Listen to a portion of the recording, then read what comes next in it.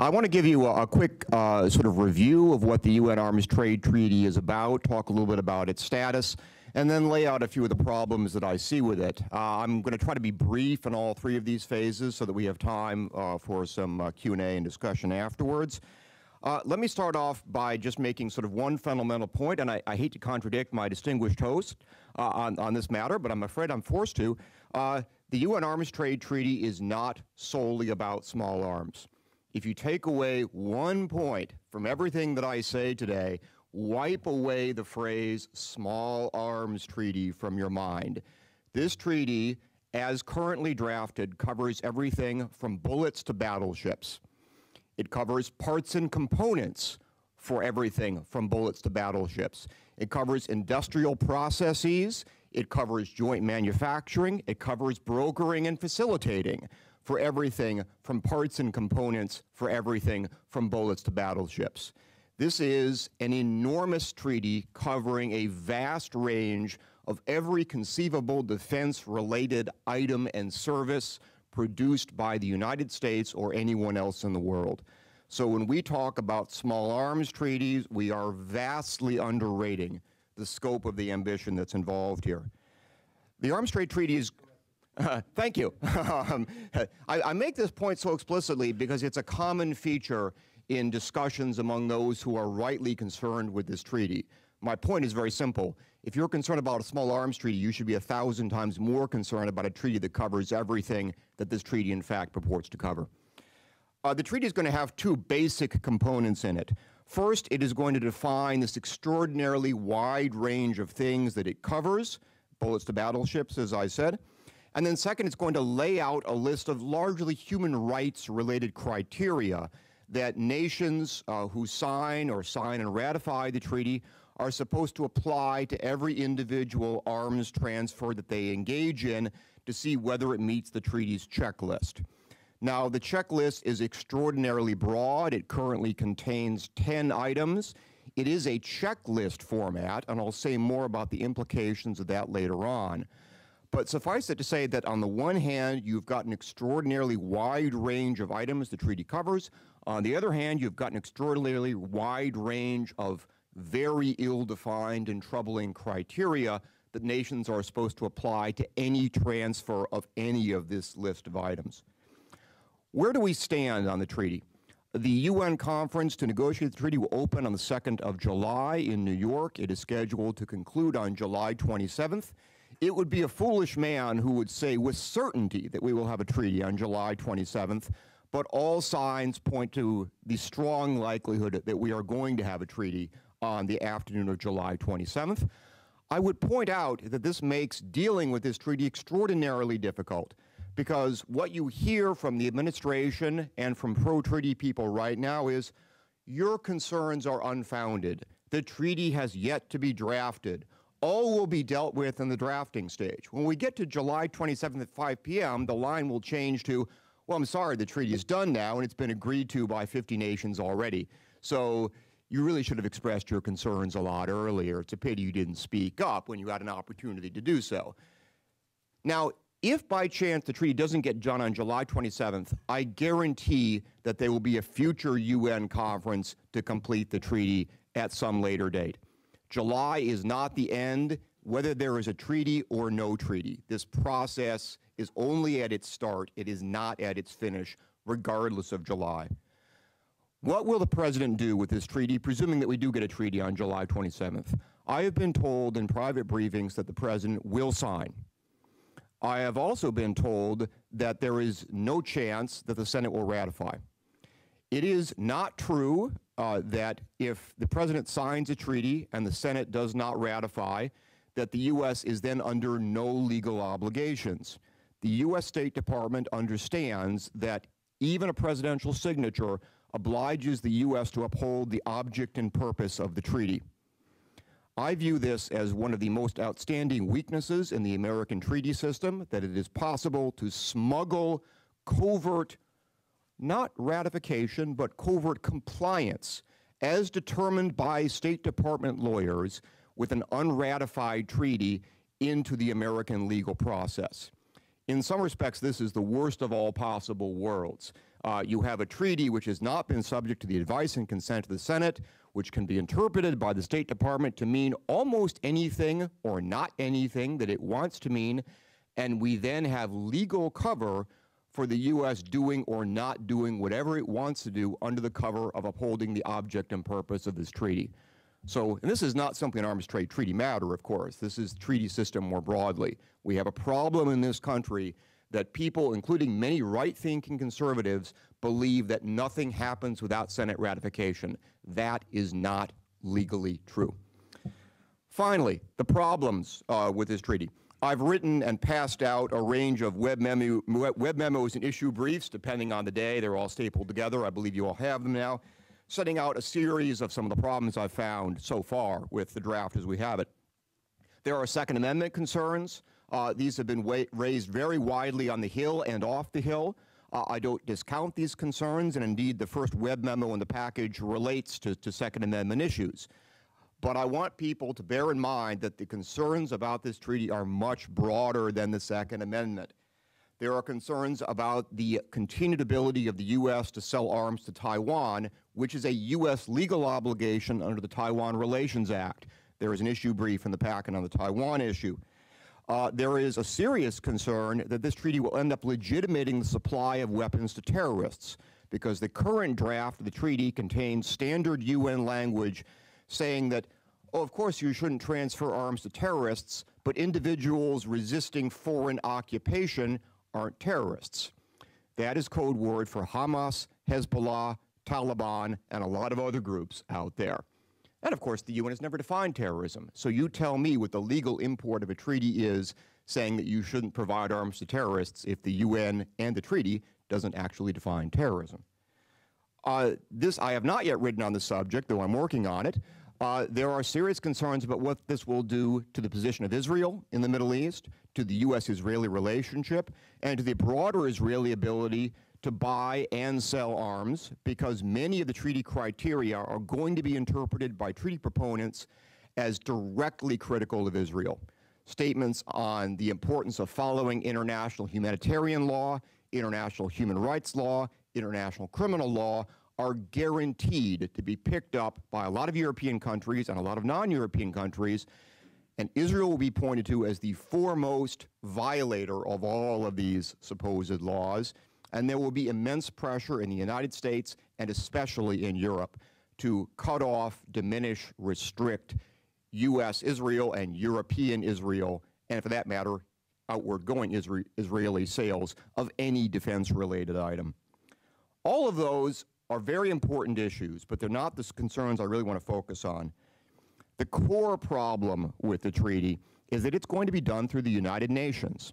The treaty is going to say that it is inherently a part of national sovereignty that you have the right to buy, sell, and transfer arms. That's what every nation wants out of this treaty. Now, I fully accept that it's inherent in national sovereignty that democracies have the right to buy, sell, and transfer arms. But this treaty will not just apply to democracies. It will apply to dictatorships, too, because they're in the UN as well.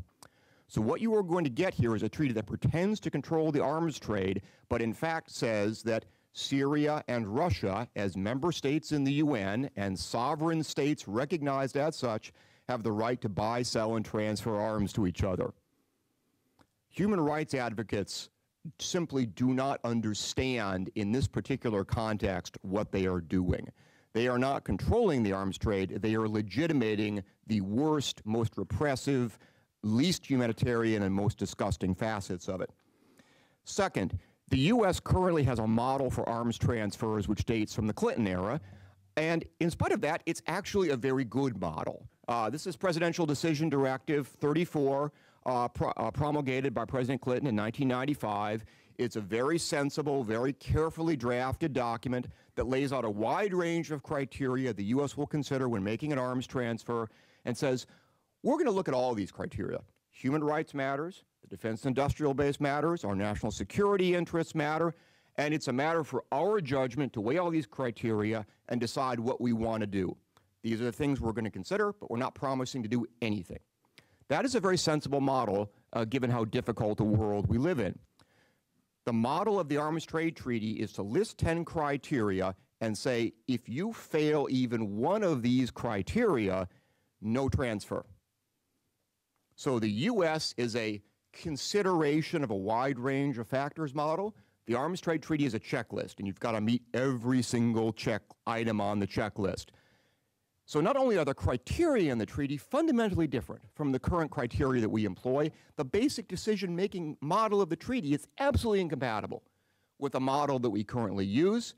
And when you tax State Department officials with this, they are, or they appear to be, completely unaware of the incompatibility of the treaty they're negotiating with the presidential decision directive on which they act every day. It's astonishing to me. Finally, there is the problem of transnationalism. As I've already alluded to, so many of these treaty criteria, international humanitarian law, international human rights law, international criminal law, are, charitably speaking, vague. And if you think those are bad, read the treaty criteria that obliges the U.S. to assess the compatibility of arms transfers with sustainable development. Yes, that's in there too. These criteria are not defined by the United States. They are subject to continual redefinition by other nations, the pretended redefinition by the UN General Assembly, by NGOs, by international law experts or publicists. In other words, the U.S. would be committing itself to a series of obligations that are impossible to define and will be continually restated in ways that are not likely to benefit the United States. And this will become, first of all, an obvious source of pressure upon the United States for its supposed failure to comply with the treaty. Even worse, if you consider the approach of the legal transnationalists, they will draw steady inspiration from this stream of foreign pronouncements on the Arms Trade Treaty and the U.S. failure to live up to it, and will try their best to say the U.S. has a legal obligation to uphold this treaty. Here is what the UN General Assembly, here is what this NGO, here is what these other nations have said about international humanitarian law. The U.S. is not living up to it, so here are the legal obligations the U.S. needs to assume. This treaty is a gift for legal transnationalists because the fundamental terms in it are not defined by the United States. They are ever evolving, and they will be defined by individuals and organizations outside the sovereign control of the United States. All of these things are fundamental and irremediable in the treaty. They're not the kind of thing you can clean up with different drafting or better language. These are root problems. So while I encourage individuals who are concerned with the Second Amendment to express those concerns, and I offer my web memo as a guide to some of those concerns, I really encourage people on and off the Hill to think about this treaty as a defense industrial base issue, as a national security issue, as an arms transfer issue, as a broad issue in diplomacy, national security, and policy, not simply important as it is in the Second Amendment context, because it is far more than simply a Second Amendment issue. All right, I'm probably said enough. You've really covered it beautifully. Ted, thank you very much. This is, needless to say, alarming, and I appreciate you starting off by recalibrating. I apologize. How much alarming it is. And as you say, the prospect that we're going to find ourselves strapped with it by virtue of the Vienna Convention and the rest of it. I don't know what, if anything, has been done to look into this up here. Have there been hearings held on it? There have been no hearings on this. I will acknowledge that it is difficult to hold hearings on a treaty that does not yet exist. There are obviously difficulties here. They're not insuperable difficulties. The State Department has made a number of admissions that are, from my point of view, interesting, from their point of view, perhaps unwise. The Taiwan issue brief illustrates one example where they were careless enough to point out that an arms trade treaty would likely hinder the U.S. ability to supply weapons to Taiwan. So there are sort of possibilities for hearings, for letters to take this forward. But so far we have no hearings. We have a letter led by Senator Moran last summer, a Democratic letter followed by Senator Tester. Both of them were good letters. They were Second Amendment focused. As I said, I think that's great. But I personally would like to see concern not just on the Second Amendment front, but I would like to see letters and hearings raising the Taiwan point, the U.S. relationship with Israel point, the incompatibility of an arms trade treaty with PDD 34. All of these things, I think, are very much important subjects for hearings and letters. I trust you would be willing to help with the drafting of such a letter. Oh, yes.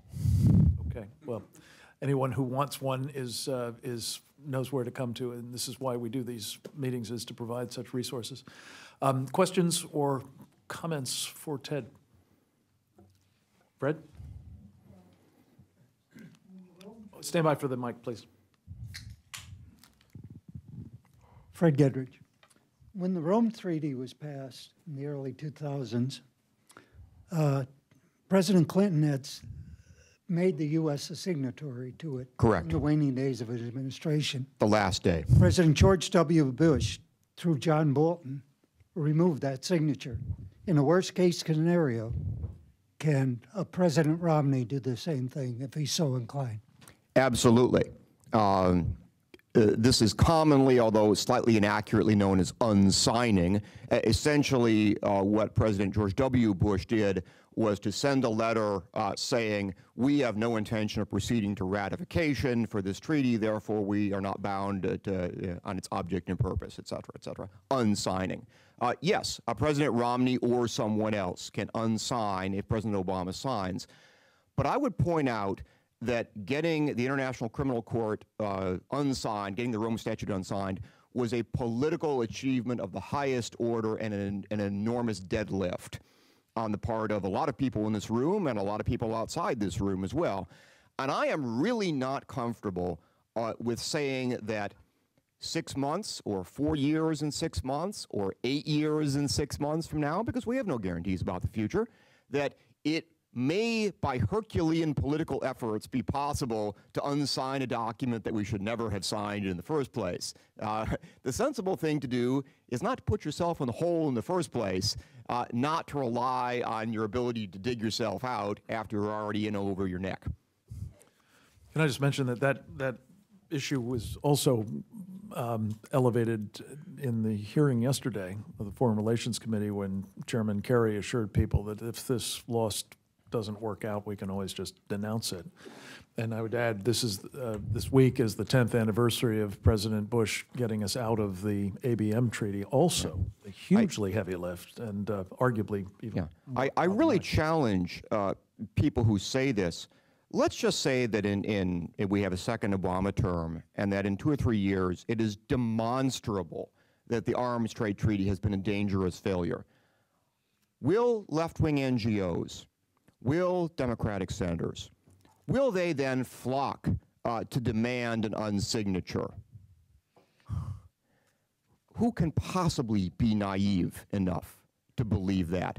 Because they never want an unsignature on anything, because they are ideologically committed to the idea that if it's a treaty, it's got to be good. So leaving aside the political problems, this is a lullaby. This argument is a sleeping pill. Just take it and all will be well. Right. Yes, ma'am. Thank you first for your excellent presentation. One of the greatest challenges that the international community has faced, in the United States from national security perspective and the international security perspective, is the lack of a universal and apolitical definition of terrorism, which you mentioned. The United Nations, there have been several vague attempts to provide a concrete definition of terrorism, but none of them have actually been positively forthcoming. One thing that you mentioned was that there's a concern that this treaty will legitimately supply arms to national resistance movements, and that has been an exception articulated to international definitions of terrorism by the Organization of the Islamic Conference. They said, terrorism should be defined by, yes, endangering civilians, except in situations of armed resistance movements. Do you see any opposition to this treaty as having the opportunity for the United States to encourage a more concrete definition of terrorism as a way forward in actually maybe engaging this treaty in a positive way? Well, I would love to be optimistic on that score, but I think the answer to that question is no. There is no such option. We will do very well in these July negotiations to simply keep the standard UN terrorist legitimating language out of the treaty, because the Organization of Islamic Cooperation is extremely keen to see this language in the treaty, and in fact, it's already included in the UN Program on Arms, which is in some ways the ATT's precursor. I won't go into exactly what it is right now, but it's been around for about 10 years. This exact same terrorist legitimating language is already in the POA. So the precedent for its incorporation in the ATT is clearly there. And if you want a universal treaty, that is, if you want all UN member states signing this treaty, you are not going to get the 56 OIC members without this terrorist-enabling preamble. Now, the U.S. has a very clear, in the U.S. legal code, definition of terrorism. And in the issue brief that I wrote on the subject on ATT and terrorism in your packet here, I pointed out that A, we do have a legal definition, and B, the treaty should contain a definition that preferably reproduces ours exactly, or at least is fully compatible with it, and C, if we find we have an ATT with this terrorist-enabling language, we should break consensus in the conference and veto on those grounds alone, never mind all the other grounds. Is the U.S. going to go along with my recommendations? I would love to think so, but I think the odds are frankly fairly slim, given this language is very standard for the UN. We are relentlessly on the defensive on this issue. And the reason we don't have a definition of terrorism around the world is very clear. A lot of states support terrorism. They don't want a definition. Right. The treaty is probably not the appropriate format to fix that. In any case, it will not be the format in which it is fixed. The other reason for skepticism is, of course, the fealty that this administration is exhibiting towards the OIC on everything, including bridging our First Amendment rights. But that's another day's conversation. One thing that I would just mention apropos this business of the definition of terrorism is, if you haven't seen it yet, check out You and Me, a new Michael Moore-style documentary that exposes marvelously the UN, and some of it is really some of the best of it is the almost parody of the UN, in which successive UN officials try to flim-flam their way through why there isn't a definition of terrorism. I mean, I would point out, if you go to the OIC Charter, which dates from 2008, it's conveniently available online, and it's footnoted in my issue brief here. The OIC Charter notes that the OIC is dedicated to supporting, quote, the struggle of the Palestinian people who are presently under foreign occupation. That phrase, foreign occupation, is the exact same phrase that regularly appears in UN documents, including in the draft Arms Trade Treaty. Yeah. No accident, comrade. No. Marshall? Rogue nations like North Korea and Iran make hard currency out of the sale of arms, missiles, technology.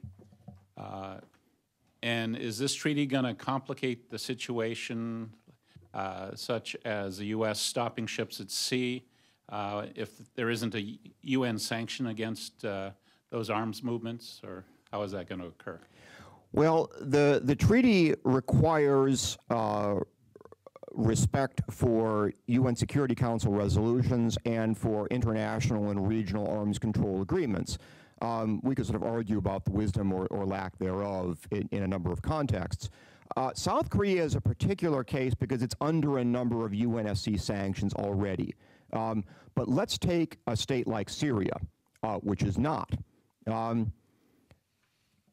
Would the U.S. under this treaty have the right to interfere with the sovereign relationship between Russia and Syria in the transfer of arms? No, it would not. That's a function of national sovereignty. I have to read a quotation here, one of my favorite quotations, from one of the NGOs who supports this treaty. This is from the spokesman for Oxfam, writing in January 2012. Wrap your mind around this one as an explanation of the way the treaty is going to work. With an arms trade treaty in force, Russia would have been clear that its shipments of ammunition to states committing serious violations of human rights, as Syria, are forbidden under international law. Iran, too, would have been subject to the full force of international law. It rejects the current UN arms embargo, but with the Arms Trade Treaty in force, it would have to recognize that the actions of its Revolutionary Guards breached international law. That is the NGO argument for this treaty. Now, I don't know whether to laugh or to cry when I read statements like this. What I can say is that Iran is not going to recognize one jot of anything this author has just said, but the author and all of his friends are going to try their damnedest to apply it full force to the United States. Lawfare works great against states that respect law. It doesn't work at all against places that have no respect whatsoever for the rule of law. That's not the only problem with this treaty, but the amazing, painful naivete of the people who back it is one really good reason to look askance at a treaty like this.